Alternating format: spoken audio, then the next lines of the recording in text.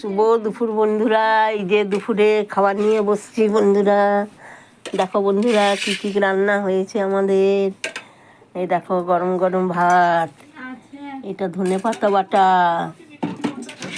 আর এটা কুমড়ো আলু সজনে ডাঁটা এইসব দিয়ে তরকারি, শীষ পালন। আর এইটা ওই যে এই যে মাছের ঝাল, আর এই যে বন্ধুরা ডাল।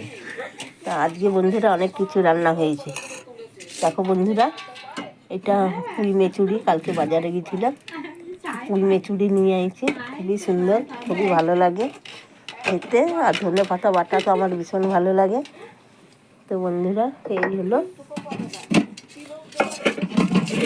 সিলভার মাছের ঝাল, এটা সিলভার মাছ, রুই মাছ না, সিলভার মাছের ঝাল।